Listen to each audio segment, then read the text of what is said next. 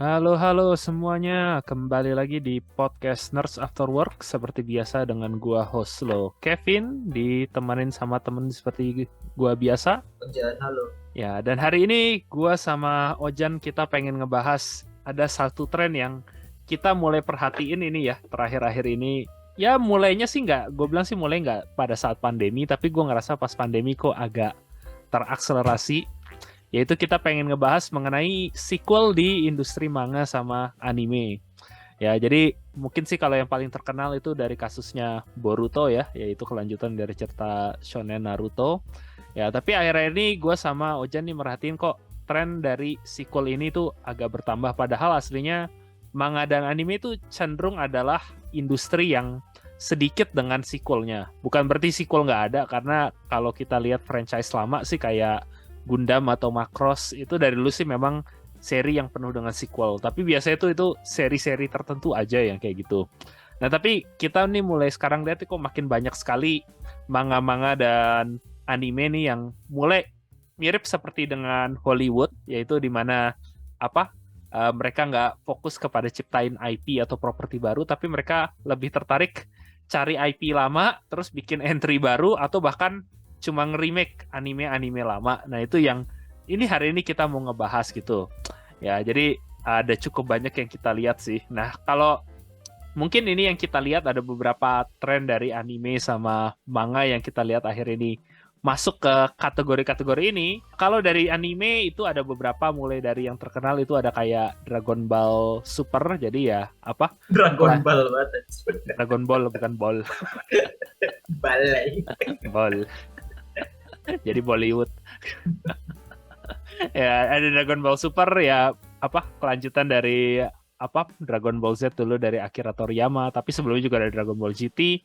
Code Geass baru-baru ini bikin movie Lelouch of the Resurrection yang kelihatannya lu sama gue dua-duanya udah nonton ya, Jan, yang reaksi gue agak mix sih jujur buat itu. Tapi sebelumnya mereka juga bikin OVA sampingan kayak Akito yang ada kayak karakter samping. Eureka Seven dulu bikin Eureka Seven AO. Baru ini ada apa? Gue sih nyebutnya FLCL, tapi resminya itu nyebutnya Fully Cooly. Jadi ada Fully Cooly 2 dibikin. Terus ada Yasahime, yaitu cerita tentang generasi anak-anak dari seri Inuyasha dulu. Ya, ini cuma yang beberapa gitu ya. Itu dari yang anime doang. Kalau yang manga tentu ada lebih banyak. Tadi gue udah sebut ada tentu dari Boruto yang Masashi Kishimoto. Tapi juga ada Yuki Holder yang dari Ken Akamatsu yang Negima, tapi ini baru-baru ini kelihatannya ditamatin gara-gara Akamatsu pergi ke parlemen, yang itu kelihatannya pertama kali di dunia manga deh, gara-gara mangakanya kepilih jadi perwakilan. Ya, yang pernah kita bahas kan, dimana Nah, kantornya kulit luarnya poster-poster nih. iya. Terus ada Rurouni Kenshin juga bikin Hokkaido Arc yang hiatus sementara karena ada isu juga dengan pengacaranya yang kita nggak mau ngebahas di sini. Ya, kalau mau coba Google sendiri aja sih. Tapi intinya nggak bagus. Ya, bukan poin utama Ya, itu poin sendiri yang bisa kita satu podcast sendiri lihat aja. Tapi juga ada Cardcaptor Sakura bikin Cardcaptor Sakura Clear Card. Tentu ada GTO. Sekarang udah banyak banget ini. Sekarang ini udah kelihatan sequel yang ketiga deh. Ada Paradise Lost sekarang. gue baru tahu ini GTO keluarin. Oh, itu banyak banget sih. Tapi kalau pengarang GTO jujur dari dulu dia selalu banyak. Karena GTO sendiri itu sequel deh dari apa? Shonan Junaigumi. Jadi yang cerita Onizuka zaman SMA gitu loh. Oh, zaman Dan dia masih jadi Yankee gitu ya. iya, zaman dia Yankee. Dan malah GTO tuh sequelnya dari itu pas dia udah tua terus mau jadi guru gitu. Dan GTO lebih bagus daripada Shonan Junaiguminya malah. Terus ya baru-baru ini yang lo sama gue yang narik perhatian kita itu ada Gash Bell 2 yang mungkin nggak kalau yang nggak terlalu fans shonen anime dan manga tahun 2000-an, Gash Bell tuh dulu manga shonen sama anime yang gue nggak bilang jelek tapi jelas ketutup sama Big Three sih dari zaman dulu gitu ya. Kayak lebih kecil lah dia skalanya, dan menurut gue sih lumayan dan endingnya udah oke, dan entah kenapa baru-baru ini gue ngeliat dia ngeluarin manga sequel baru gitu. Tapi Gaspel ini sebetulnya gimana? Kalau yang menurut juga, dia itu kayak nggak banyak yang, tapi nggak tahu kenapa meme banyak tersebar makanya. Ya Gash Bell menurut gue kayak apa ya, shonen yang beda dari yang lain sih. Menurut gue sih unik sih dulu ya dibanding dengan Naruto yang lain. Gue nggak bilang apa sih anime atau manga yang must watch atau must read, tapi ya lumayan lah. Tapi kayak gue jujur bingung kenapa perlu ada sequel yang, ya gue nggak tahu sih kualitas dari sequelnya gimana, karena baru beberapa chapter sih. Gue masih terlalu cepet lah kalau gue bikin judgement gitu sekarang. Tapi ya aneh aja menurut gue, kayak rasa gue ini yang udah endingnya oke, belum terlalu perlu sequel. Tapi ya who knows lah gitu lah, kadang ada sequel yang bagus aja tiba-tiba gitu. Ya. Nah, tapi itu yang di dunia manga, dan kalau remake jauh lebih parah juga. Jadi kalau manga masih paling nggak cerita baru dari properti yang lama ya. Kalau remake ya itu bener-bener dia ngebikin anime atau manga lama ya. Paling terkenal sih tentu Rebuild of Evangelion, tapi gue masih agak ngasih pas di situ karena itu ceritanya masih agak dibedain lah dari original gitu loh. Masih apa?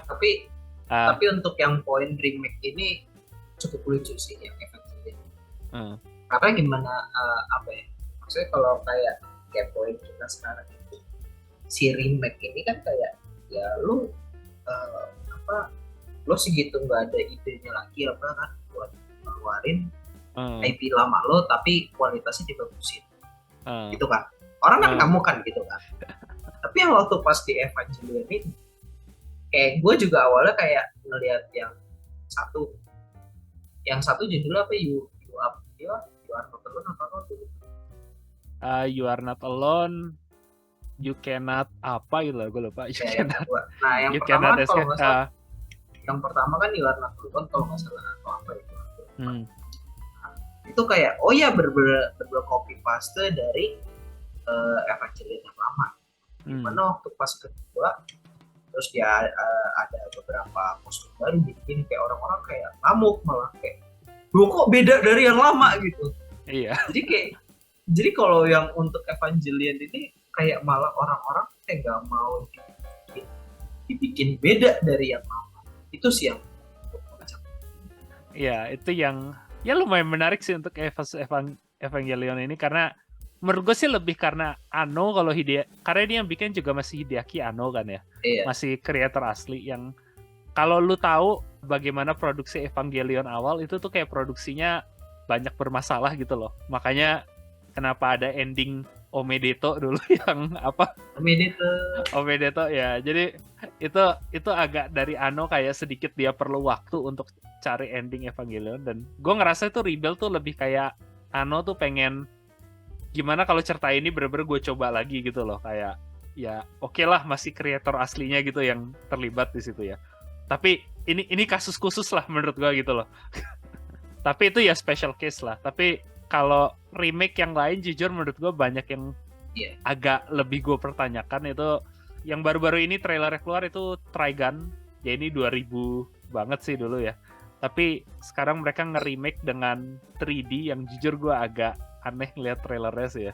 Kayak rasanya gue pernah ngirim ke lo juga kan ya? Iya. Nah, terus dan gue nggak tertarik. Ya gue juga sih. Terus ada Shaman King yang baru-baru mereka bikin ya. Ini sih lebih kayak pengen perlakuan sama kayak dulu apa FMA Brotherhood gitu loh. Karena Shaman King anime aslinya dulu selesai sebelum manganya tamat, dan sekarang habis manganya tamat mereka pengen bikin ulang lagi. Tapi juga menurut gue kualitasnya agak aneh. Fruits Basket yang masih relatif sukses lah remake-nya gitu lah ya. Sama yang ini yang baru keluar di season anime baru ini yang gue agak penasaran itu Urusei Yatsura, yang ini banyak bilang ini gue bener-bener pertanyakan karena Urusei Yatsura tuh bagi yang nggak tahu itu kayak kalau lu demen anime atau manga ecchi kayak To Love Ru gitu, Urusei Yatsura tuh kayak prototype dari semua manga atau anime ecchi gitu loh, yang kalau sekarang aja kayak To Love Ru atau yang lain tuh orang pada bilang aduh tropnya ini agak terlalu berlebihan gitu loh. Dan Urusei Yatsura gue agak penasaran kalau di zaman sekarang itu trope-nya udah ketinggalan zaman banget nggak sih? Kayak karena gue ngerasa sih itu banget. Ya, kayak sebelum kita bahas itu kayak yang tadi apa To Love Ru ya? Enggak, Lovina kemarin. Lovina tuh bahkan sebelum To Love Ru. Jadi To Love Ru tuh banyak bilang ngambil inspirasi Lovina. Yang tapi Lovina karena emang trop yang apa laki pervert itu kan mulainya dari Lovina. Iya, tapi Lovina sendiri itu kayak berbasis dari Urusei Yatsura. Jadi ini kayak prototipe. Iya. Jadi kayak tadi bahas kayak kalau kemarin kita bahasanya itu untuk yang kayak To Love Ru dan si Lovina itu udah kayak prototipe yang sudah disempurnakan. Iya. Nah, Urusei Yatsura ini ya udah berprototipe aja. Istilahnya lu kayak pengen apa? Nge-remake mobil apa? Kayak apa? Mobil Ford atau mobil Benz yang zaman dulu yang bener-bener masih kuda kiplik yang lo mesti putar gitu zaman sekarang. Terus lo remake kayak ya iya sih dulu ini kalau dalam sejarah anime mungkin signifikan, tapi kalau lo remake kayak why gitu loh. Yang bener-bener ada ya kocak sih. Iya, itu gue agak bingung ya. Dan ya gue malah takutnya tuh nggak kena gitu. Sama kayak mungkin yang sama juga gue kalau dulu itu, lu inget ada apa sih Escaflowne kalau lu tahu? Iya. Jadi Escaflowne tuh kalau bagi yang nggak tahu itu dulu ada ya anime, intinya sih isekai tahun 2000-an yang gue sih dulu menurut gue bagus. Cuma kalau zaman sekarang di mana isekai itu udah kayak berjamur, tiap season tuh pasti ada minimal 3 anime isekai. Kalau gue nonton Escaflowne sekarang tuh gue pasti ngerasa tuh kayak trop-trop di Escaflowne tuh kayak udah, aduh ini udah klise banget gitu loh. Yang malah nanti ya kayak ini, kayak nanti nonton Urusei Yatsura malah kesannya kayak cringy nggak sih? Iya, bener-bener cringy. Gue juga maksudnya cringy gitu karena rasanya nih trope-nya tuh udah berulang-ulang banget loh, udah di banyak anime. Ya sama kayak Star Wars lah, kayak lu coba nonton Star Wars yang original gitu loh, kayak pasti banyak banget line-nya yang kesannya tuh cringy gitu loh. Cuma kayak ya ini kan keluarnya tahun 70-an gitu loh ya, jadi dimengerti karena dulu belum ada film yang kayak gini, jadi belum cringy gitu loh. Tapi kalau sekarang ya I don't know, susah aja gitu loh. Tuh, ini Urusei Yatsura itu pertama kali keluar itu di 1978. Lu bayangin lo plot di 1978 di sekarang. Ini bener-bener yang zaman dulu tuh kayak kalau gue pernah nonton ada apa sih Trash Taste, lo tahu itu ya, YouTube yang mereka pernah ada dengan salah satu doujin artis, pernah ada interview yang mereka banyak bilang tuh sumber inspirasi doujin awal tuh Urusei Yatsura karena zaman dulu nggak ada kayak gitu. Iya. Udah bener-bener setua gitu loh. Ya tapi so anyway itulah ya beberapa remake atau manga yang remake sama sequel anime dan manga yang rencana bakal keluar gitu atau sudah keluar di beberapa tahun terakhir ini. Yang ya tapi ini sekarang sih mungkin yang pertanyaan pertama sih yang mau gue bicarain sama lo gitu lah ya Jan.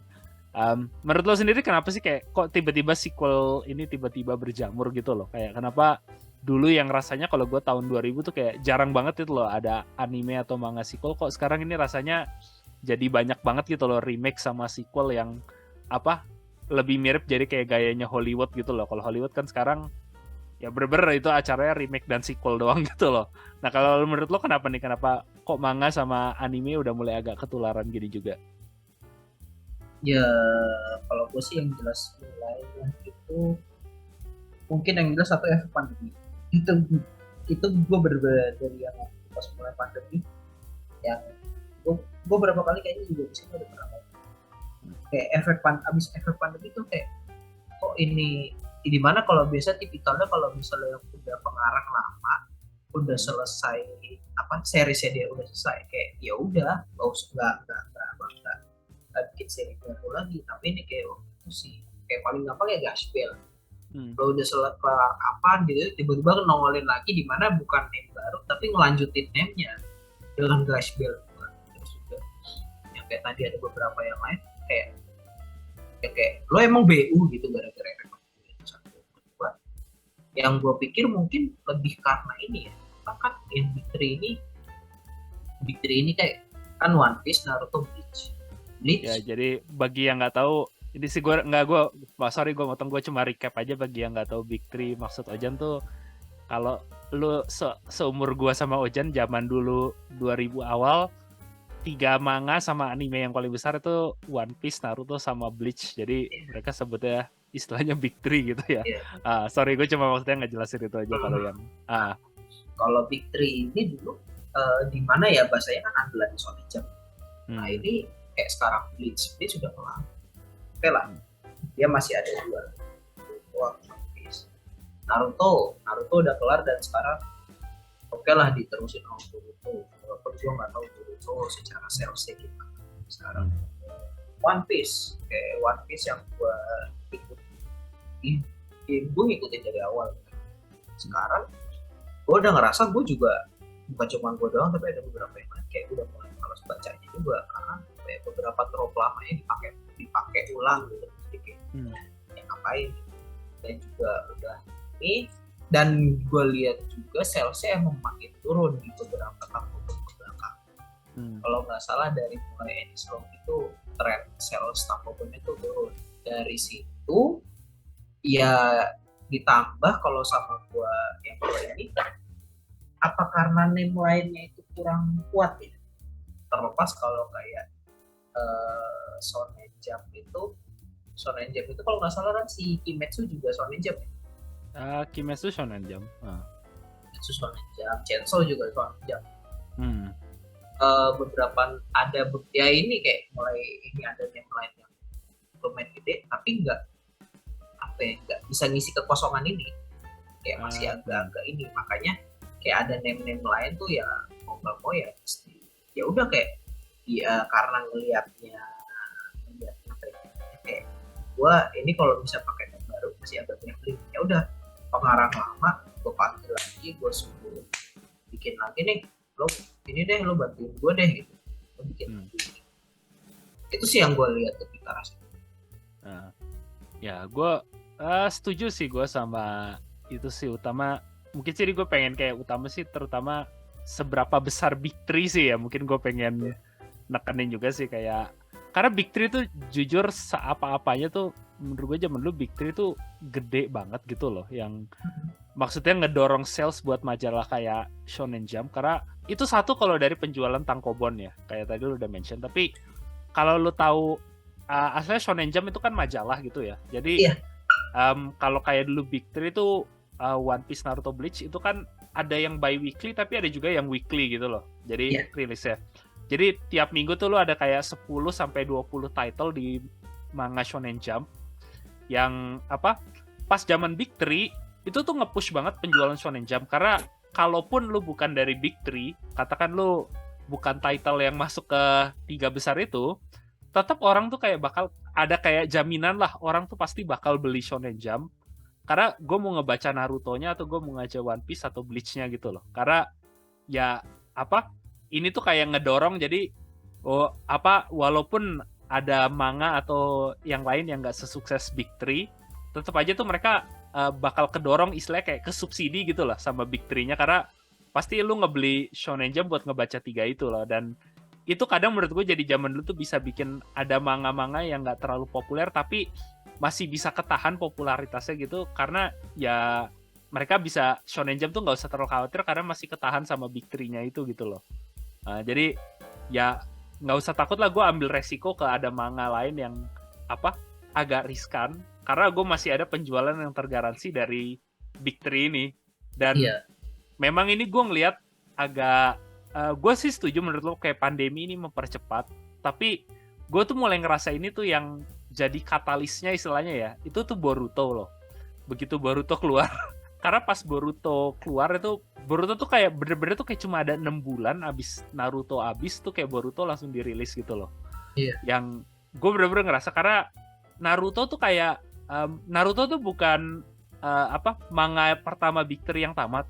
Yang pertama-tama tuh Bleach. Iya. Bleach nomor 1 yang pertama tamat, dan kok gue ngerasa agak kayak feeling, gue nggak tahu bener, tapi kayak mungkin editor di Shonen Jump tuh merasa takut, aduh kita udah hilang satu, kalau Naruto abis gimana nih?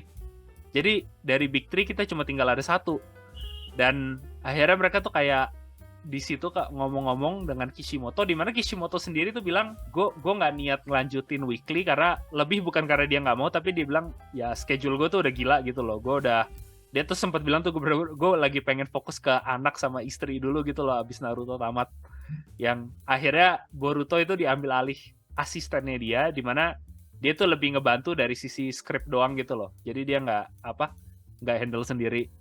Dan seapa-apanya lo sama gue suka ngenyein Boruto, penjualan salesnya itu lumayan loh.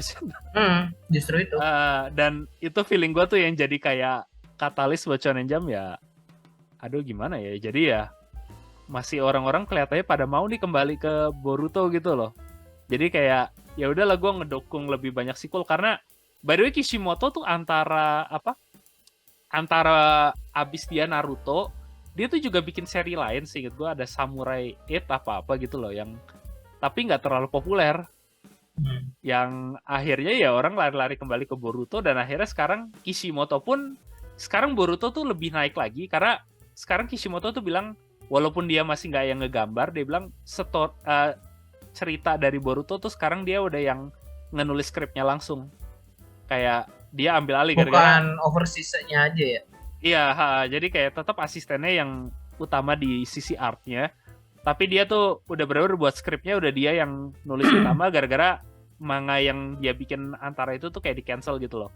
Sementara kalau sebelumnya tuh seinget gue dia cuma bikin outline gitu loh, kayak jadi ya Kishimoto pun kayak jadinya ya udahlah gue lari ke yang aman daripada manga baru yang gue bikin di cancel, dia lari balik lagi ke Boruto gitu loh. Ya, dan ini sih gue kayak ngeliat ini ada yang menarik juga, kayak ini yang mungkin jadi kesannya buat Shonen Jump agak jadi kayak adiksi gitu ya. Karena mungkin ya dia lihat Boruto ini, dia jadi cenderung lebih nggak mau ngambil resiko. Karena ini ada satu artikel yang menarik, kayak gue ngeliat ada di Screen Trend, itu dia kayak ngeliat jumlah manga yang dipublish sama Shonen Jump antara 2014 sampai 2019. Jadi dia ini tuh periode dimana sekitar, jadi Naruto tuh abis anime 2017-an gitu loh. Jadi 2016, tapi kan kayak sekitar 2015-an tuh kayak mereka udah tahu tuh Naruto bakal abis, karena pasti Kishimoto udah ngomong ke editor, gue udah masuk ke arc akhir dan yang lain-lain gitu loh. Udah finishing kan ya. Dan ini kayak dia ngeliat nih di Shonen Jump antara 2014 sampai 2019, dia tuh ada nge-publish sekitar 55 judul manga berbeda antara periode itu. Tapi dari 55 manga itu cuma 13 judul yang punya runtime lebih dari setahun. Jadi bukan yang di cancel ya. Jadi ini manga yang runtime-nya lebih dari 1 tahun, yang kalau di cancel paling nggak dia udah dipublish lebih dari setahun baru di cancel gitu loh. Dan beberapa ini dari 13 ini sekarang tuh kayak kalau nggak salah tuh cuma 8 yang masih awet, yaitu tuh kayak Chainsaw Man, Spy X Family dan lain-lain gitu. Cuma 8 dari 13 ini juga. Jadi dari 13 ini pun sekarang ada yang udah di cancel. Jadi kalau lu perhatiin mayoritas dari manga yang dipublish Shonen Jump di situ itu tuh udah di cancel sebelum, kalau nggak nyampe setahun ya, katakan dia pun juga cuma weekly, itu rata-rata tuh cuma 40 sampai 50 chapter, berarti dia udah di cancel. Karena kalaupun dia weekly kan seminggu ada 52 minggu ya. Jadi kayak paling ya cuma ada 40-50 chapter kalau dia nyampe setahun. Ada yang 6 bulan di cancel paling cuma 30 chapter aja. Dan ini menurut gue agak problematik, karena kalau lihat Big Three sendiri gitu ya, lu lihat dari yang One Piece, Naruto, Bleach dulu, rasa gue mereka tuh nggak langsung populer gitu loh. Mereka tuh kayak populer tuh abis, gue ambil contoh Naruto aja ya, kayak gue inget Naruto tuh mulai agak gigit gue tuh pas arc Chunin Chunin Exam loh, kalau lu inget zaman nostalgia zaman dulu.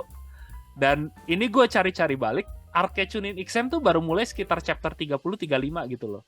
Yang berarti tuh Naruto udah ngeran hampir setahun baru masuk ke arc yang, dan Chunin Exam kalau lu inget itu arc-nya juga agak lama loh baru sampai menarik kayak gitu.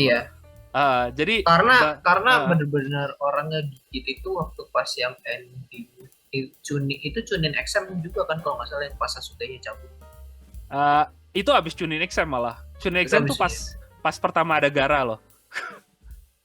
Jadi kalau lo inget Naruto ya kayak karakter kayak Gaara, Rock Lee, Shikamaru itu nggak diintroduce sampai arc Chunin XM. Dan itu baru diperkenalin kayak maksudnya mereka baru diperkenalin di arc situ. Sebelum itu tuh ya cuma Naruto, Sasuke, Sakura, Kakashi gitu loh. Iya. Jadi kalau gue lihat sih sebelum itu sih ya walaupun Naruto nggak jelek juga menurut gue tuh baru mulai ngegigit di situ loh. Dan itu ternyata tuh kayak baru setahun Naruto tuh baru nyampe situ gitu loh. Kayak jadi sih gue lebih ngebayangin kayak ya kalaupun sekarang ada manga yang katakan jadi big three berikutnya gitu loh, kemungkinan mereka nyampe arc di mana supaya mereka bisa ngehit tuh jadi agak lebih kecil gitu loh, karena mayoritas dari mereka tuh di cancel bahkan sebelum sampai chapter 40 atau 50. ya ini sih kayak gue ngeliat aja sih kalau dari situ tuh kayak tapi emang ini sih maksudnya efek oke lah secara ini mungkin udah bisa sampai ke yang bagian hebohnya gitu. Cuman ya itu gimana pun juga kan kalau kita yang ngikutin kan harus ada build up-nya buat kita bisa invest waktunya. Kalau misalnya terlalu diburu-buru kayak tadi ada poin masalah tiba-tiba udah harus langsung masuk ke bagian action atau ke bagian apa kayak ya lu gimana mau invest aja kalau tiba-tiba kok lah pasti kan gitu kan kalau berasa lah tiba-tiba udah bagian itu terus kayak lah anjing kayak ada yang skip ini pasti kan gitu berasa. Iya. Ya kayak lu ya coba lihat aja sih Dragon Ball, bahkan bukan Dragon Ball Z ya, lu lihat Dragon Ball yang arc paling awal gitu loh, itu bener-bener build up semua loh. Iya. Kayak apa sih ya, bos pertama Dragon Ball rasa gue Piccolo gitu ya, bos gede pertama Piccolo. Gitu loh. Piccolo tuh udah kayak chapter berapa loh gitu loh. Udah lebih dari 50 chapter lebih gitu loh. Kayak kalau Dragon Ball lu coba baca 50 chapter pertama tuh sumpah itu kayak gak nyambung banget kalau lu bandingin sama pas udah yang Frieza atau udah ada yang Cell, itu tuh kayak udah Dragon Ball awal tuh beda banget total. Jadi kayak iya terlalu diburu-buru sih. Dan ini sih kayak gue bring up aja sih karena baru-baru ini ada yang agak heboh gitu ya. Ada orang kritik ini ada manga yang baru dipublish di Shonen Jump itu namanya Alien Area gitu loh. Yang ini baru 1 chapter gitu loh. Tapi orang tuh kayak langsung udah nyadar pada bilang chapter pertama tuh kayak udah eksposisi terus langsung masuk ke action gitu loh. Kayak kok cepet banget gitu loh. Lu kayak ngerush ke bagian actionnya gitu loh. Karena banyak yang bilang tuh kayak ya ini pada takut karena kalau nggak dikasih action di chapter awal itu langsung turun ranking gitu loh. Kayak jadi dia langsung pengen langsung di pilotnya diburu-buru di bagian chapter satunya gitu. Dan orang tuh kayak langsung pada ngekritik gitu loh buat di manga baru yang gue juga jadi penasaran ya ini karena mungkin author tuh udah pada sekarang kayak tertekan gitu loh karena gue nggak bisa kayak Kishimoto atau Oda zaman dulu di mana gue bikin 50 chapter di mana si Luffy santai-santai dulu ketemu Sanji, ketemu Zoro, baru ada arc yang gede gitu loh. Kayak dia harus buru-buru langsung ke action, semua karakter langsung diintroduce dan langsung ke konfliknya gitu loh. Yang menurut gue jadi manganya malah jadi lebih jelek di situ. Jadi nggak ada build up-nya. Ini gue coba sambil baca Alien Area. Tau nggak yang gue lihat apa? Anjing kok jadi Luffy dia. Iya, itu orang tuh juga banyak kritik. Ini kok langsung kayak udah niru trop banyak banget ke powernya itu kayak Luffy. Terus langsung ke bagian actionnya. Jadi kayak One Piece tapi di kayak di speedrun gitu loh. Kayak lu nge-speedrun One Piece. Ya itu sih ya satu yang orang pada notice di Shonen Jump gitu loh di akhir-akhir ini kayak tapi ya mau gimana juga ya, di satu sisi gue ngeliat Shonen Jump juga tetap walaupun istilahnya persaingannya di situ kayak cancelasinya ketat, pada akhir hari Shonen Jump tuh masih kayak publikasi nomor 1 gitu loh kalau untuk manga di Jepang, karena lu lihat calon top anime tahun ini lah, tahun ini bener-bener 2022. Apa coba? Spy Family, Chainsaw Man. Sebelumnya gue bisa bilang Kimetsu no Yaiba. Itu semua shonen loh, properti Shonen Jump. Kayak yang bener-bener persaingannya tuh ketat, tapi ya tetap akhir hari anime sama manga nomor 1 itu ya masih dari situ sih keluarnya. Iya. Nah, jadi ya I don't know, susah juga sih kayak gimana ya gue debatin di situ, tapi kayak beda dengan periode di mana Kishimoto sama Oda dulu tuh kok rasanya anime sama manga ini kok sekarang persaingannya ketat banget loh dalam setahun pertama mereka gitu loh. Ya apa? Tapi emang ya tadi yang kayak lo bilang, terlepas dari ketatnya itu kan efek bagusnya ya bahasanya. Mungkin efek jeleknya kayak tadi kan. Oh ya, kayak tadi yang 2014 ke 2019 dari 55 judul udah sisa 13 doang. Nah itu kan bisa ngeliatin kan, ya lo nggak bisa ngehasilin rating yang bagus ya lo gua cut. Tapi efek ini pasti kan ya itu banyak yang tadi. Tapi efek sampingnya ya kayak tadi, gimana pun juga ya akhirnya publisher yang shonen yang paling ini ya tetap si Shonen Jump. Karena dengan kualitasnya yang masih bisa dijaga. Iya, ya itu yang, dan nggak tahu sih mungkin ini juga pengaruh juga sih ya, tapi karena kalau gue lihat zaman dulu Big Three gitu ya Jan, sumber utama adaptasi. Jadi kalau gue lihat tuh kalau industri anime manga tuh kayak pipeline gitu lah Jan. Jadi lo mulai dari author manga, dia publish manga kayak di Shonen Jump, manganya populer, terus diadaptasi jadi anime gitu ya. Terus animenya populer, ngehit gitu loh. Itu pasti udah udah urutan yang wajib lah. Tentu ada sih beberapa yang anime original gitu ya, yang kayak Eva atau cuman lain, tapi normalnya kalau secara urutan adaptasinya begitu. Nah tapi kalau zaman sekarang ya walaupun manga menurut gue masih jadi yang top ya, kayak Spy Family sama Chainsaw Man, tapi sekarang kan juga ada persaingan dari, utama sih gue lihat light novel gitu loh. Kalau sekarang lo lihat kayak ya Isekai Bejibun ini munculnya bukan dari Shonen Jump sih, tapi dari apa? Gue lupa, jadi kayak ada website di Jepang itu yang Niji Sanji ya kalau nggak salah namanya. Niji Sanji VTuber ya? Niji Sanji itu VTuber aja. Pokoknya kalau ada apa lagi yang buat ini nah jadi ya? Kayak ada website yang dimana lu bisa publish web novel yang apa akhirnya itu banyak web novel di situ populer diubah jadi light novel dan akhirnya jadi anime, yang menurut gue itu juga jadi saingan mungkin kenapa Shonen Jump jadi apa lebih tertekan gitu loh ya Shonen Jump dan industri manga gitu loh, karena sekarang yang bisa diadaptasi sama studio anime tuh ya gue nggak perlu narik sumber cuma dari manga doang loh, tapi gue bisa tarik dari light novel tertentu, dari web novel yang kalau sekarang pun ada webtoon gitu ya, kayak Solo Leveling gitu kan ya. Iya.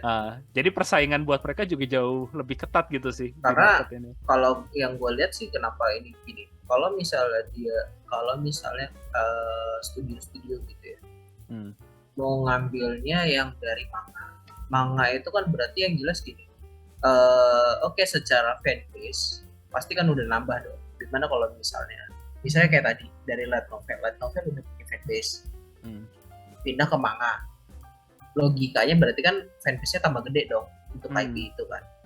Nah dia udah ini ya udah dia bikin animasi itu dengan logikanya si fanbase tadi dua itu ya pasti bisa keserap, ditambahin nama yang di luar dari fanbase itu. Nah tapi kalau misalnya kita ngambil manga, otomatis kan secara fee-nya kan juga lumayan. Makanya tapi kalau misalnya mau saingan sama yang lain pasti kan kayak gue kalau misalnya ngambil dari manga fee-nya udah lumayan, terus belum tentu gue bisa ngalahin yang ini lain. Ya udah, gue ada yang jalurnya gue potong aja, gue langsung ke pengarang light novel. Dimana kalau pengarang light novel oke lah gitu, gue lebih gambling. Kenapa? Secara fanbase pasti belum segede kalau udah ada manga. Tapi gue secara cost gue udah motong karena gue fee ke pengarang novel ya nggak segede ke pengarang manga lah. Iya. benar. Apalagi kalau emang manganya ternyata nge-booming. Pasti kan yang dicari juga yang manganya booming dong baru bikin anime. Iya, benar kayak gitu. Yang bener-bener kalau makanya kenapa sih Shonen Jump lebih ngarah ke pengarang lama, karena mereka udah ada fanbase yang existing gitu ya. Iya. Kalau gua ke pengarang Kishimoto, ya seapa-apanya Boruto, katakanlah nggak 100% yang fans Naruto baca Boruto, tapi masih 50 atau 40% aja itu masih udah ada guaranteed sales gitu lah ya. Iya. Yang masih ada penjualan yang terjamin gitu loh. Yang sementara kalau dia katakan ambil pengarang baru gitu ya, dan harus setahun, itu kan risiko buat publikasi gitu ya. Kayak gue setahun nih harus bayar mangaka ini buat nulis manga selama setahun, dan gue nggak tahu populer apa enggak. Itu ada risiko gitu ya, kayak gue nggak tahu bakal booming apa enggak gitu loh. Sementara kalau yang tadi lu bilang, yang satu mungkin gue nggak tahu sih licik apa enggak sih, cuma keuntungan kalau dari web novel, kayak gue ambil contoh pengarang, lu tahu Gate nggak ya, yang Gate JSDF itu yang tahu gue, Isekai Tatakae itu lah. Atau bahkan Overlord, kayak kalau lu tahu mereka tuh bener-bener orang biasa, jadi bukan beda dengan katakan Kishimoto atau pengarang Chainsaw Man sekarang, yang gue dari awal pengen jadi mangaka dan gue bertahun-tahun jadi asisten, baru abis itu bikin name baru terus jadi ke publish gitu ya. Kalau kayak contohnya nih pengarang Overlord itu loh, kayak seinget gue tuh dia cerita aslinya tuh dia cuma kayak gamer yang demen main Dungeons and Dragons, lo tau kan yang game tabletop. Terus dia bilang, gue udah mulai tua, terus gue kerja gawean, sekarang gue nggak bisa main sama temen yang lama semua karena udah sibuk semua gawean sendiri. Dan itu makanya dia bikin cerita Overlord, yang makanya lo kalau lihat itu ceritanya itu aslinya banyak keinspirasi sama dia langsung loh. Kayak ceritanya kan orang gawean, temennya udah kesibukan nggak bisa main bareng, terus dia ubah itu jadi cerita Overlord gitu. Tapi lebih diubahnya bukan plot tema awalnya bukan tabletop, tapi lebih ke arah game online. Iya, dia cocokin jadi. Cuman karena kan kalau tabletop kan secara circle-nya emang lebih kecil, makanya dibuatnya ya game online aja. Dan tapi kalau katakan sekarang kan punya Shueisha atau Kadokawa ya, light novel gitu ya. Dia udah untung karena web novel itu populer sebelum mereka publish secara resmi jadi light novel. Itu populer karena si penulisnya, si Maruyama, penulis Overlord, dia udah populer dulu online web novel, baru ditawarin Shueisha sama Kadokawa, mau nggak lu bikin versi resmi di light novel, kita publish. Tapi kan itu dia udah ngambil ini pengarang yang udah terbukti populer online gitu loh. Jadi risiko ke Kadokawa sama Shueisha itu lebih kecil gitu loh. Jadi kayak ya gue udah tahu pasti udah ada fanbase awal. Jadi author ini gue resikonya lebih rendah gitu loh dibandingin sama kalau gue ambil bener-bener mangaka yang dari nol gitu loh. Nah itu yang ya ada positif ada negatif. Karena positifnya tentu gue bilang ada cerita-cerita yang lebih unik gitu lah ya. Gue bisa bilang kayak Overlord tuh cerita yang lumayan unik gitu lah ya, bisa muncul. Tapi di sisi lain jadi kayak mangaka-mangaka yang lama ini mereka bersaingnya jadi lebih susah gitu. Karena tentu buat publisher mereka lebih pengen ngarahin ke yang yang udah populer online dulu, baru kita kita ambil jadi publisher itu. Dan itu kadang bisa bikin ya cenderung kenapa, makanya ya nyambung kayak kenapa isekai sekarang berjamur, karena itu yang paling populer di circle web novel ya itu cerita-cerita isekai. Justru gitu. Jadi yang drive kompetisi yang makin gede gini, sebetulnya efek samping jeleknya lain tuh gitu.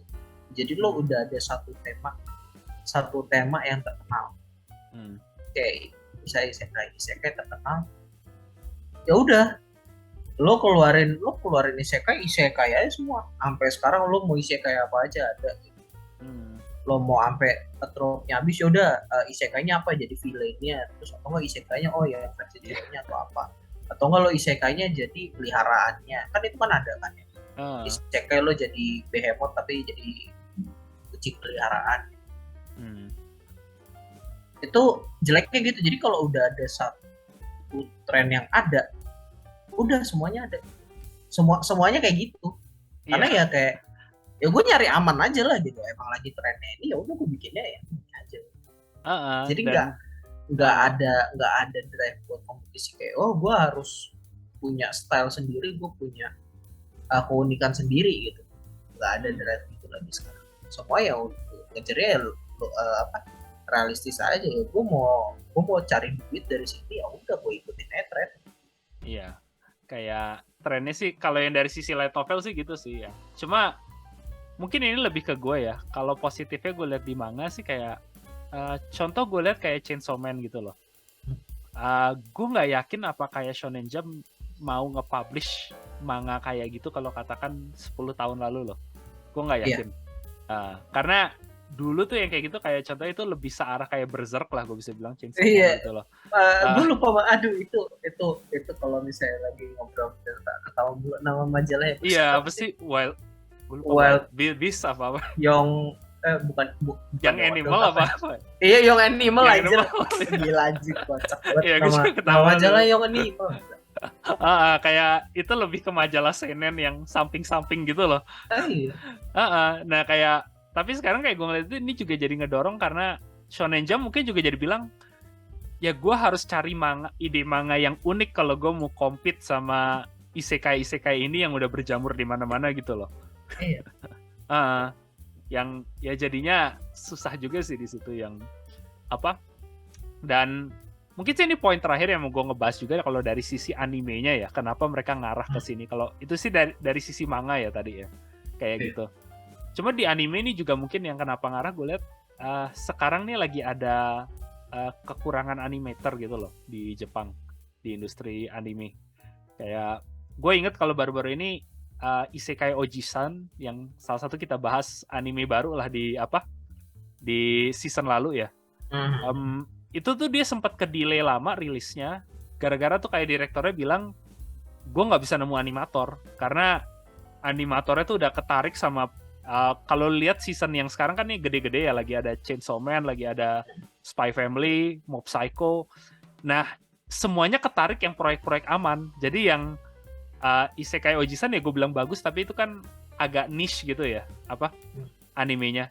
Itu tuh dia kalah saing gitu loh. Jadi kalau animator lu kekurangan, ya pasti animator tuh bakal diarahin ke ya sama aja kayak sekarang kita industri katakan harga minyak lagi naik nih ya.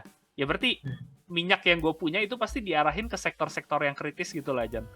Dan alhasilnya juga sama di anime gue arahin ke proyek yang gue masih tahu bakal ada sukses tertentu gitu loh. Kayak gue nggak usah gambling lah, nyari yang pasti-pasti aja.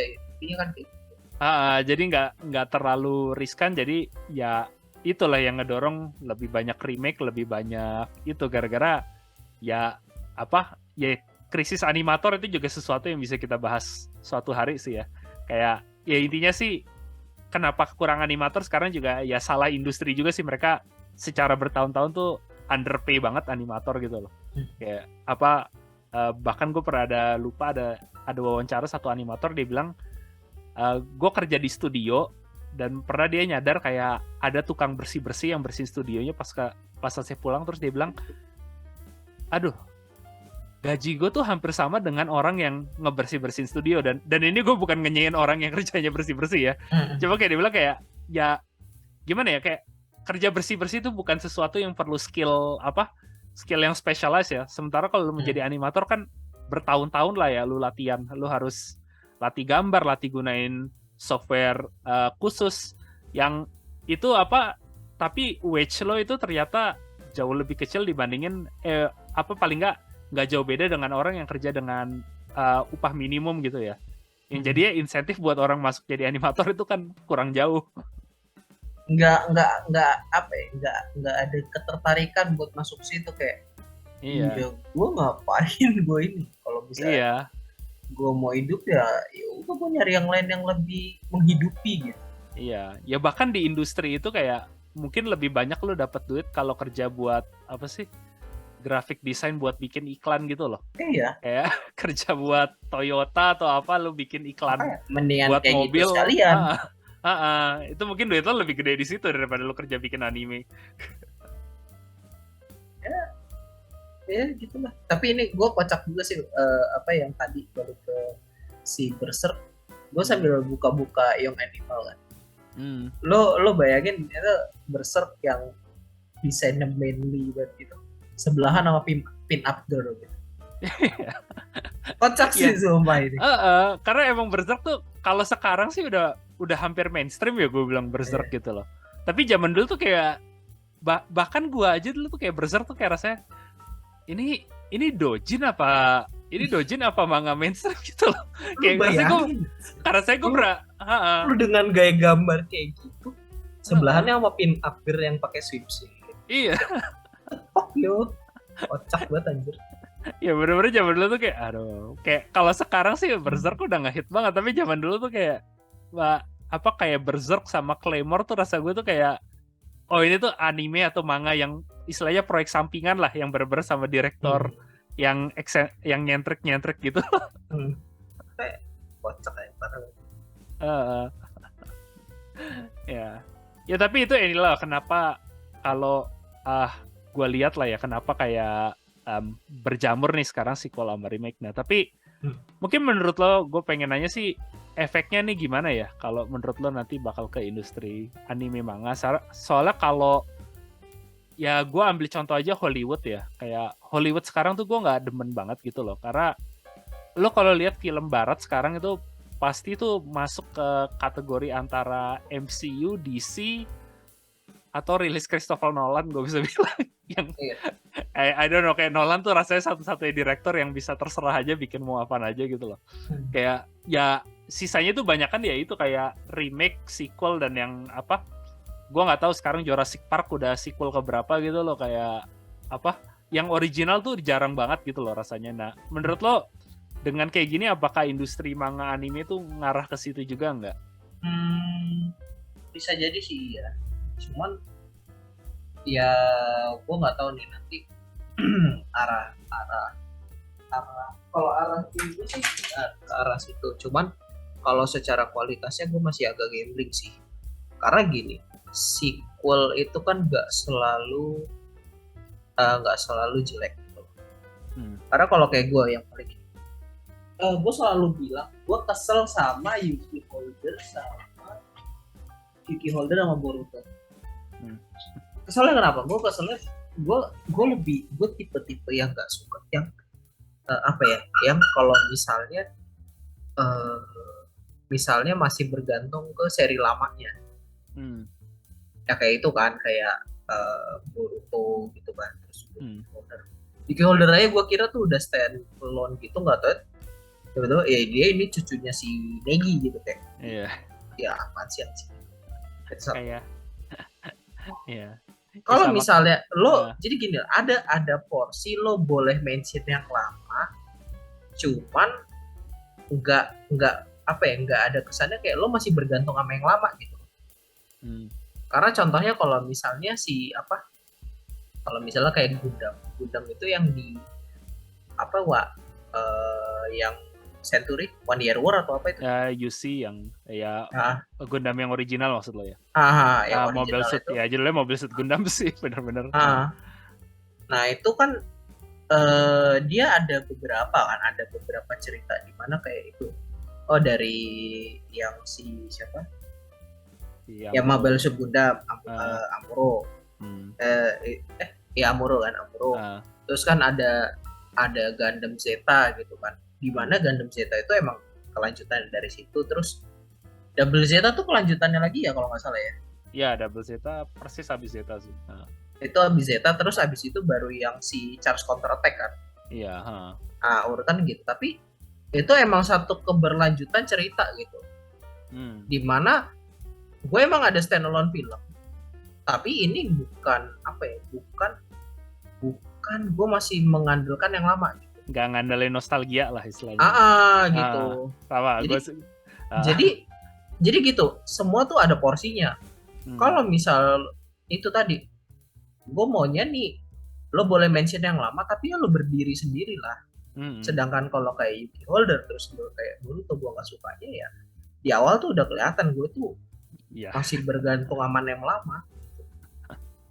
Itu sih yang gue gak suka. Jadi gue berharap kalau misalnya remake terus sequel gini ya banyak ke belakang ya pasti mungkin banyak lah, emang pasti mungkin banyak gitu. Mana kalau remake atau ini ya itu tadi bisa remake sama ini sequel lah paling nggak, yang gue bahas sequel itu pasti makin banyak. Tapi ya itu tadi gue udah ada contoh bagus, ya udah kalau bisa kayak gitu, nggak, lo jangan sampai bergantung ke yang seri lama. Dan pun yang kayak remake contoh bagusnya kayak tadi kita bahas di awal, Evangelion remake, buktinya ngehits aja tuh. Iya. Malah sengaja dibikin twist gitu, kayak ya ini emang film sendiri gitu. Iya. Dan juga hasilnya juga masih termasuk bagus kok. Cara story-nya. Lu nambah sesuatu lah ke seri ini. Lu nggak cuma. Iya. Karena gue, lu poin yang Yuki Holder itu gue setuju, dan itu gue bener-bener kayak kalau gue lihat Barat tuh itu yang problem sama Star Wars modern gitu lah ya. Kalau gue lihat Star Wars yang versi filmnya yang trilogi, karena gue malesnya tuh kayak akhirnya kalau lu ngefans Star Wars yang original bagus, tapi emang ceritanya kan keluarga Skywalker Palpatine. Nah, yang sequelnya tuh kayak yang ulang gitu doang, kayak lu Skywalker lagi, Palpatine lagi, kayak, dan sementara itu hasilnya orang pada nggak suka. Tapi yang malah Star Wars yang populer tuh kayak cerita malah kalau katakan Mandalorian yang dunianya sama, tapi tuh kayak nggak berhubungan sama sekali. Kayak bener-bener ceritanya ya di samping nih ada cerita sendiri gitu. Anggap gini, Mandalorian di serinya tetap ada Luke kan? Ada Luke tapi cuma mampir doang. Mampir, kenapa? Karena emang satu dunia. Iya. Logis dong, tiba-tiba ketemu Luke. Tapi dia ya ketemu Luke ya udah gitu doang, nggak terus tiba-tiba Luke-nya jadi ada terus ikut-ikutan juga. Iya. Ya ngapain anjing? Gitu. Fokusnya aja mercenaries gitu. Bukan yang si Jedi-nya. Bukan Jedi-nya gitu, kayak ya. Dan menurut gue jadi menarik karena kayak tiba-tiba tuh jadi ubah jadi dari yang tembak-tembakan gitu terus kayak cerita, oh taunya di dunia ini ada orang yang punya kayak the Force, ada magic gitu loh. Kayak tapi cuma kayak lebih kayak side story, dan taunya oh ya menarik gitu loh, ada jadi gini, satu dunia tapi kita coba lihat dari sudut pandang orang lain. Iya, itu malah sebetulnya menarik. Iya sih, gue sih intinya poinnya sih setuju sama lo, karena ya kenapa gue seneng Gundam kan juga kayak gitu ya, kayak yang original itu tentang One Year War gitu ya. Iya. Ya ceritanya lu dari sisi Amuro, tapi begitu ke Gundam Zeta karakternya nggak lagi fokus ke Amuro, tapi lu masih ada karakter lama yang kayak Char yang dulunya tadinya jahat, sekarang lu lihat dari sisi lain, oh enggak, ternyata dia ada sisi benernya juga loh dari dulu, kenapa dia dulu nggak setuju ke Federasi Bumi, kenapa dia ngelawan, yang jadinya sekarang tuh kayak sudut pandangnya berubah gitu loh, yang bener-bener lu nambah dari yang tadinya cuma simpel perang antara dua pihak, sekarang jadi jadi kompleks gitu loh, ada politik yang berbeda. Ada unsur manusiawinya. Iya. Dimana kan kalau manusiawi kan gitu kan, nggak saklek sebetulnya, dia fluid. Ada kondisi-kondisi yang bikinnya bisa kebalik, bisa ini lagi, bisa balik lagi. Itu sih yang lumayan bagus kalau misalnya. Iya, sama sih kayak, dan mungkin ini satu sih kalau remake yang menurut gua agak justified gitu ya. Kalau menurut gua boleh lah lo itu. Kalau animasi ya terutama ya, kalau animasi udah ketuaan, gue masih oke lah kalau lo remake. Kalau animasinya ketuaan, karena jujur gue tuh pengen sampai sekarang Gundam yang original di remake dengan gaya animasi baru tuh gue masih setuju deh kalau gue bilang gitu. Itu yang waktu itu Charles itu juga lumayan bagus tuh animasi. Iya, karena waktu itu dia bikin origin kalau masih ketuaan. Cuma kalau kayak Shaman King bahkan belum 10 tahun gitu loh. Kayak ya lu mau remake animasi juga ke-upgrade nggak banyak-banyak banget gitu loh. Kayak, tapi kalau Gundam katakan, karena gue demen Gundam, tapi kalau gue mau rekomendasi katakan orang buat nonton UC, masa gue rekomendasi yang versi tahun 70-an itu loh, kayak animasinya tuh udah kelihatan banget loh, zaman dulu tuh pakai teknologi yang udah jadul banget gitu loh. Nah kalau itu mau di remake gue masih agak oke gitu lah. Yang ceritanya kita mau samain tapi animasinya mau kita upgrade ke zaman baru gitu ya. Itu gue masih ada oke lah kalau masih ada jejak waktu yang lama gitu loh. Cuma kalau lu cuma jaraknya 10 tahun gitu loh, kayak ya lu mau seberapa banyak lo upgrade, kayak katakan Akira gitu loh, film Akira ya walaupun sekarang modern, rasa gue juga nggak modern banget gitu loh. Kalau gue sih gini, Shaman King itu tahun 2000-an. Nah, tahun 2000-an. Nah, kalau Gundam itu kan 70 deh tadi. Nah, itu oke lah, dia upgrade secara 50 tahun pasti kan kelihatan beda banget. Nah, kalau Shaman King ini gue komennya beda. Shaman King ini gue bisa nerima kalau kualitas animasinya pakai se-ufotable. Itu gue nggak komplain. Rasanya Jan kalau semua anime di remake sama ufotable gue juga nggak komplain. Oh ya, gue dari tadi tuh diem kalau lagi jelasin itu gue kan ngebayangin ini gitu. Oh, kalau misalnya dia kan berarti kan upgrade-nya secara 20 tahun doang. Nah, kalau 20 tahun lo mau ngelihat yang berbeda gimana caranya? Iya. Ufotable. Nah, kalau misalnya studi ufotable, gue nggak komplain sih. Gue udah kebayang malah jadi keren banget. Ya, sama sih Jan, nggak harus 20 tahun. Overlord diambil ufotable gue juga setuju sih. Masih season 4. Gue Overlord yang sekarang aja gue udah seneng sih. Maksudnya dari animasi dari gambar, dari novel di animasinya gue sih udah seneng. Gue Overlord gue nggak minta banyak-banyak, udah dibikin animasinya aja udah seneng gue. gue CG-nya Overlord yang masih kagak itu. Masih kurang serak ya. CG-nya tuh kayak rasanya aneh itu. Ya, tapi itu mungkin satu eksepsi ya yang gue bilang kalau remake mau dibikin masih oke lah. Karena ya itulah, ada beberapa anime tua kayak ya Macross yang asli gitulah juga. Kalau dibikin ulang gue mau gitulah. Macross yang, karena gue demen Macross, tapi kalau menonton Macross yang Macross 7 aja gitu loh, itu kayak animasinya udah kerasa jadul, apalagi Macross yang yang pertama gitu loh. Tapi kalau Macross yang jadul gue agak kurang suka, dramanya berat banget anjir. Ya, gue kan kurang suka drama. Gue paling pas itu Macross yang apa sih? Gue sih Frontier. Iya, yang Frontier itu udah. Gue sama Macross 7 lumayan sih Jan, karena nggak terlalu. Macross 7 gue kesel sama MC-nya anjing. Iya, karena MC-nya lebih rock. Setiap ada musuh langsung wala. Gue gak mau tahu, gue pokoknya harus naik terus gue mesti nyanyi anjing depan musuh. Gitar gitu. Lu, ya what the fuck sih? Emang secara cerita kocak sih, kayak lu logika aja, lu lagi diserang, terus lu lagi manggung, terus enggak, gue udahan, gue mau naik robot, gue mau nyamperin musuh, terus gue main gitar depan musuh, kayak iya what the fuck, lu apaan sih anjing?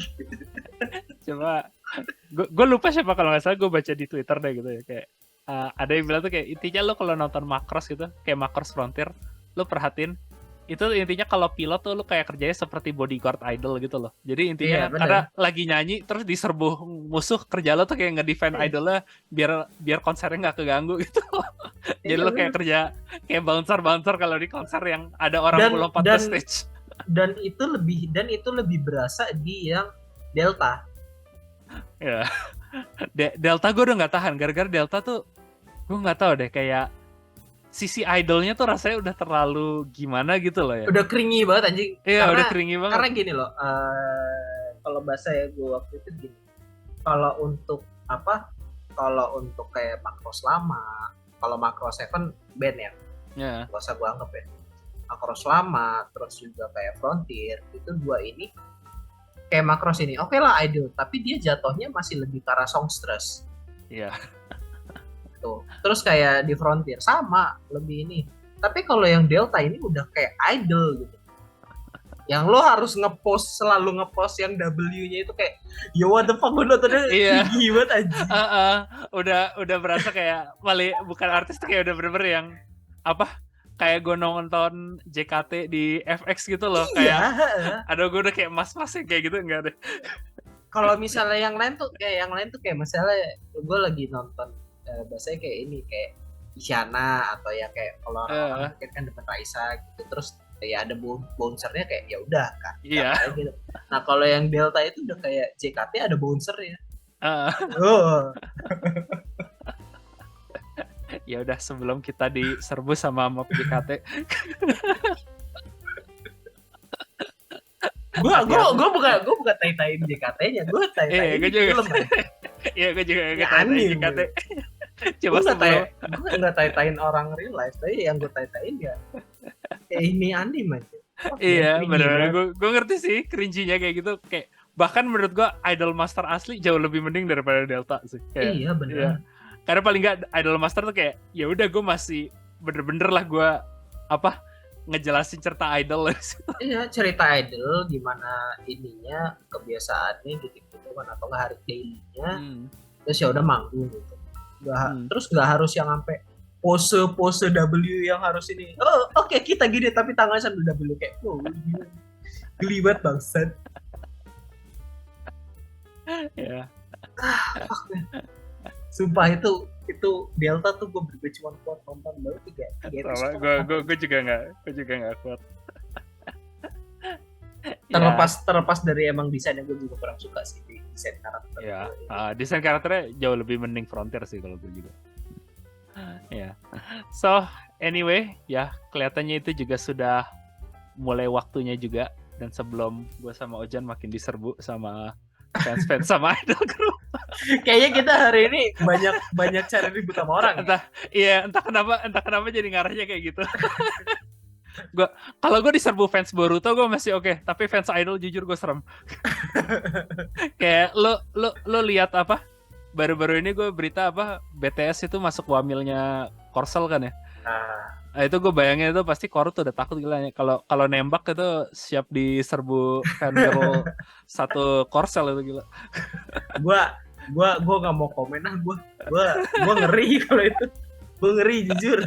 Gue nggak ngetain BTS. Iya, cuman takutnya tuh banyak yang salah paham. Kayak gue nggak mau komen gue. Iya. Gue masih sayang nyawa. Gue bukan sayang, gue masih menyayangi ketenangan hidup gue gitu. Iya. Ya, so anyway, ya sampai situ dulu yang kalau lu nggak ketemu gue di podcast berikutnya ya, lu tahu alasannya kenapa. Tiba-tiba nanti hostnya ganti gitu ya. Tiba-tiba hostnya ganti, gue di cancel. Ya, tapi ya karena sudah waktunya juga udah segitu, ya terima kasih yang sudah ngedengerin untuk topik kita ranting hari ini dan bikin marah banyak subgroup dan fandom berbeda. Ingat, tapi ingat, kita ini bukan menyinggung satu fanbase yang lain gitu. Iya. Yeah. Tapi kita lagi bahas anime. Tapi mohon maaf, contohnya yang paling gampang dimengerti ya ini. Iya. Bukan fanbase-nya, tapi ya entah grup atau apa yang lain. Iya. Kita lebih komen industrinya ya. Gue kalau lu demen Boruto juga nggak apa-apa, gue juga ngefans Fate udah sequel keberapa nih gila, udah ada Khalid Prisma Ilya yang keberapa, gue juga tetap nonton sih. Kayak ya gue juga kontribusi ke problem ini sih. Gue bukan solusinya juga. Enggak, Fate itu sebetulnya lebih masalah lagi gitu kalau orang mau cari perkara. Coba, oke lah, lo yang original timeline-nya udah dibahas, udah dibikin semua movie-nya. Terus lo bikin spin-off yang Magical Girl. Terus ada VGO. Terus juga udah ada yang Fate ini yang dari PSP. Terus juga sampai daily udah gitu sampai daily life-nya si Shiro. Lo bayangin sampai daily life si Shiro anjir yang bahasnya cuma masakan. Iya, dan tak kenapa itu yang favorit. Iya, favorit gue juga suka yang itu. Favorit gue gitu. Dan Ufotable juga lo itu yang bikin. Iya. Jadi Ufotable lu bayangin itu kalau misalnya mau nge-counter ya, lu bayangin lu dari yang tema battle-battlean tiba-tiba udah sampai yang masak-masakan. Iya, intinya kalau lu perah susu sapi itu sapinya rasanya udah kurus banget itu. Cuma susunya masih diperah terus. dan kita bagian dari masalah, Jan. Kita sadar diri. Kita sadar diri. Emang salah satu problem industri mereka ya adalah ya ini. Ya karena ada kita yang konsumsi juga. Iya. Gara-gara lo sama gue juga. Iya. Jadi sadar ini datang dari cinta gitu lah ya. Kayak problem pertama dari adiksi itu harus menyadari gitu loh. Iya. Menyadari lo ada problem.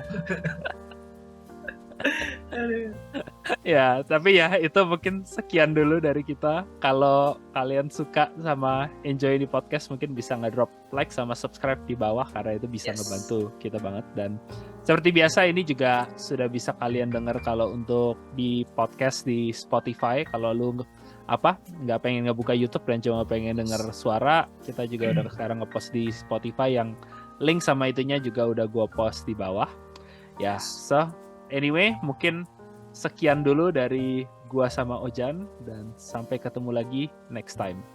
Bye. Doain kita selamat ya. Iya.